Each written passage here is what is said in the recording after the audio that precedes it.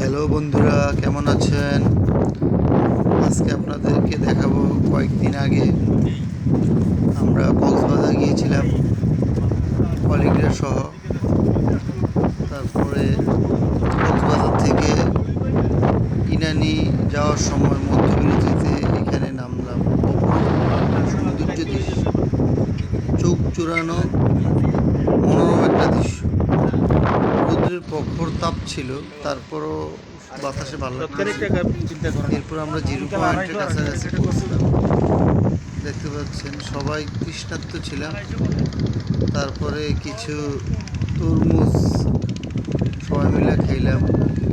একবারে তৃপ্ত, একবারে প্রাণটা জুড়িয়ে গেছে। আমাদের টিমের মেম্বার ছিল অনেক বেশি।